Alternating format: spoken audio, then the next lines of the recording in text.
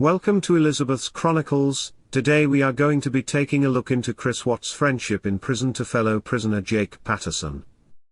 If you love true crime and want more stories just like this one, consider subscribing and hit that like button. Chris Watts is currently serving 5 life sentences for murdering his pregnant wife, Shannan, and his 2 daughters, Bella, age 4, and Celeste, age 3. Shannan was 15 weeks pregnant with their son, Nico. Prior to the murders, Chris Watts was having an extramarital affair with Nicole Kessinger, a fellow employee. While Shannan and their 2 daughters were away for a 6-week trip to visit parents, Watts spent the time with his mistress, going on trips and getting closer to his mistress. Watts' marriage began crumbling as his interests went from being a doting father and husband to focusing all his energy on his mistress. As Watts's marriage fell apart, it was clear from the evidence that he premeditated the murders of his pregnant wife and 2 beautiful daughters.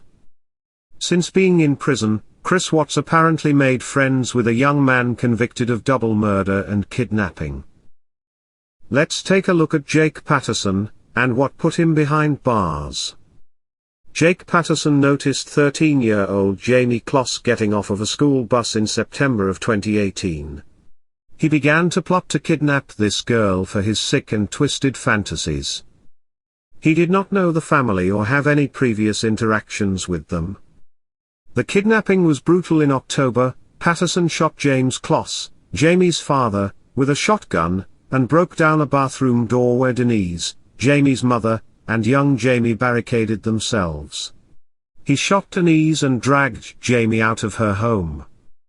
Patterson held Jamie Kloss for 88 days before she finally escaped. "I watched his routine, and I took back my freedom," Jamie Kloss wrote to the court when Patterson was sentenced, describing her escape.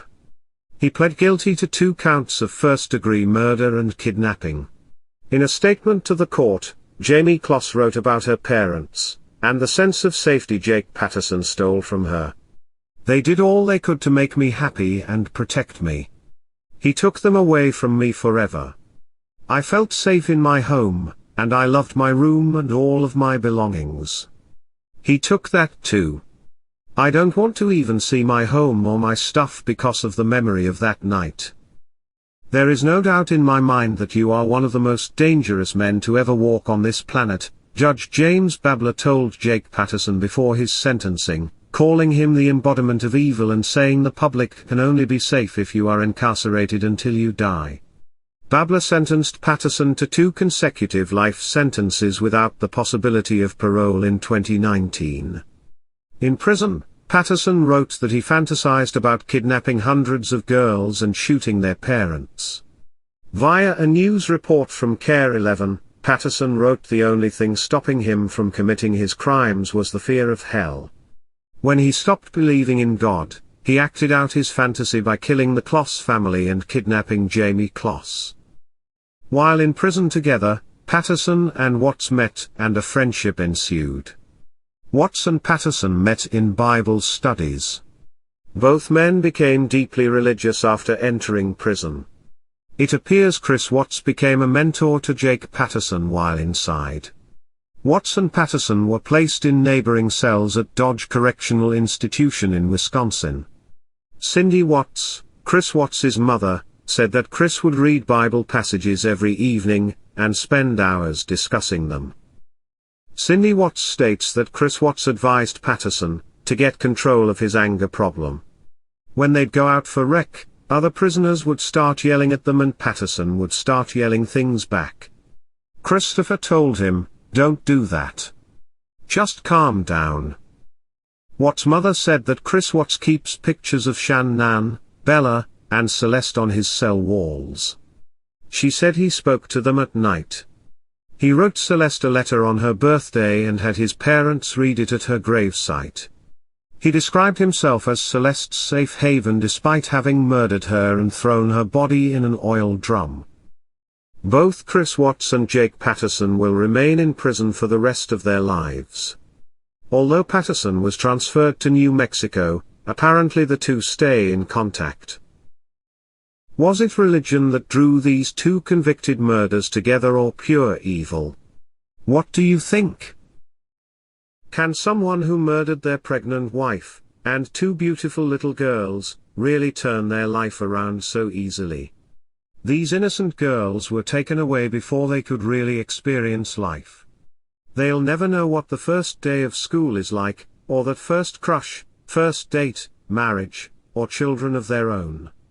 All because their so-called father decided in his twisted mind that a life with his mistress was more important than their lives. My daddy is a hero. He helped me grow up fun. He helped me snuggle too. He makes me but tie my shoes. And you're a hero, blue and blue. My daddy, I love you. Oh, I love. This beautiful little girl, Bella, who is calling her daddy her hero, begged for her life, and put up a brave fight when her father smothered her to death. Can someone like Chris Watts, who can so easily murder his entire family, find peace, love and forgiveness? Or do you think he's pretending? Was it really the love he had for Nicole that drove him to murder these precious lives, or was it the embodiment of pure evil? If you'd like to watch a full tribute to Shannan, Bella, Nico, and Cece, it's at the end of this video. That concludes this episode. If you want more true crime stories like this one, please consider subscribing and hit that like button. Stay tuned for the tribute. Rest in peace Shannan, Nico, Bella, and Cece.